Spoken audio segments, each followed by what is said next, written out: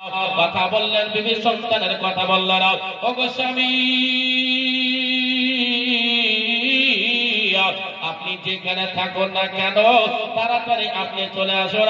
আপনাকে আল্লাহ একটি বেটা সন্তান দান করেছে। সুবহানাল্লাহ। হযরত আবু তালহা বাড়ি আসতেছেন খুশিতে। খেজুর নিলেন, পাড়াতে বিলি করব। আপনাদের বেটা হলে মিষ্টি খাবার কি খাবার না? বিটি হলে খাবার, বিটিতে খুব কম খাবার, বেটাতে বেশি খাবার। বেটাতে বিটিতে খাওয়ানো জায়গা যাবে রাদারা।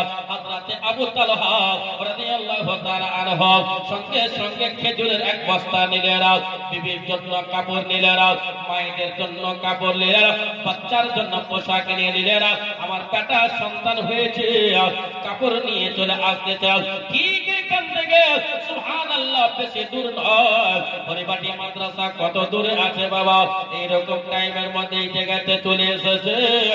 আল্লাহর হুকুম হয়ে গেল, ও শোনো শোনো, আবু তালহার সন্তানকে কবুল করে নেওয়া হবে।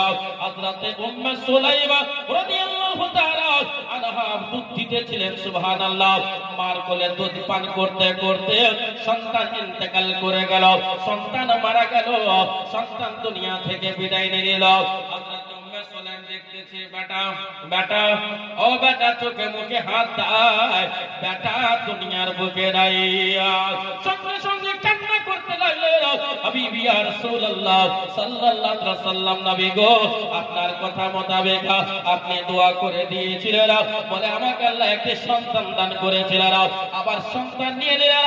আমার সন্তান বাবার জিন্দা মুখ দেখতে পেল না, আমার বেটার তার বাবার জিন্দা মুখ দেখতে পেল না। এই কথা বলে বলে বুকে লাগাইয়া কান্না করতে আরম্ভ করে দিয়েছিল।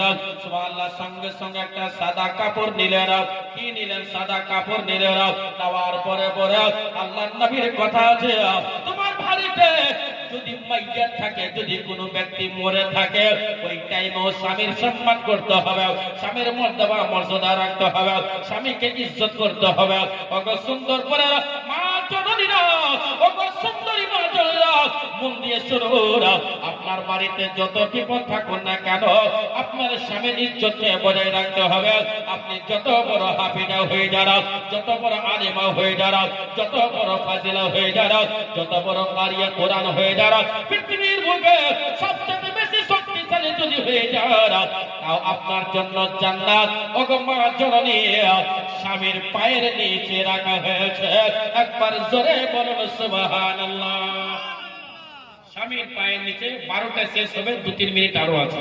বিরাদরান মিল্লাত ইসলামিয়া, সুবহানাল্লাহ, পায়ের নিচে জান্নাত রাখা আছে। বিরাদার হযরত উম্মে সুলাইম সন্তানকে সঙ্গে সঙ্গে ঘরের কোনায় রেখে দিলেন। আর ঘরের কোনা রেখে দেওয়ার পরে পরে স্বামীর জন্য সাজলেন, সুন্দর করে সাজলেন। এত সুন্দর করে সাজলেন, অন্যদিন উম্মে সুলাইম এত সাজন সাজে না, সাজন করে সাজলেন। কখনো গেটের কাছে যায়, স্বামী আসতেছে, সুবহানাল্লাহ। কখনো বাচ্চার কোনায় মুখ দেখতে যায়, বড় বাচ্চাকে ইন্তেকাল করা বাচ্চাকে ঘরের কোনায় রেখে দিল। কিসের জন্য রাখলো? স্বামী বিদেশ থেকে আসার পরে পরে হঠাৎ যদি দুর্ঘটনার কথা যদি বলে দেয়, আমার স্বামী খুব টেনশন করবে। স্বামীকে এখন হঠাৎ কোনো টেনশন দেব না। বেরাদার মুসলমান, সুন্দর করে আমার আব্বা জানেরা, ও মা জানেরা, মুন্দে সরোরা, হযরত উম্মে সুলাইম রাদিয়াল্লাহু তাআলা আনহা সঙ্গে সঙ্গে কখনো দরজার কাছে যায়, কখনো বেটার কাছে যায়। দেখতে পেলেন হযরত আবু তালহা আসতেছে। আসসালামু আলাইকুম। আপনাদের দিকে বিবি সালাম দেয়, এই দিকে বিবি সালাম দেয় না। বিবি সালাম দিবে কেন? কিসের জন্য দেবে? বেরাদার, আপনার বিবি সালাম দিত যদি আপনার বিবির পেটের মধ্যে ইসলামিক ফিতনা যদি তার মধ্যে থাকতো, আমি মানা করতেছি না। আপনার বেটা বেটিকে আইপিএস অফিসার বানানো, আগে আপনার বেটা বেটিকে ইসলামিক বিদ্যায় সুবহানাল্লাহ শিক্ষায় শিক্ষিত করো। আপনার বেটা বেটিকে টিচার বানানো, কিন্তু ইসলামিক শিক্ষায় শিক্ষিত আগে করো। আপনার বেটা বেটিকে অফিসার বানানো, আগে ইসলামিক শিক্ষায় শিক্ষিত করো। আপনার বেটা বেটিকে সুবহানাল্লাহ বড় হেডমাস্টার বানানো, প্রিন্সিপাল বানানো, কিন্তু শিক্ষায় শিক্ষিত আরবি জবান আপনি আরবি শিক্ষায় শিক্ষিত করো।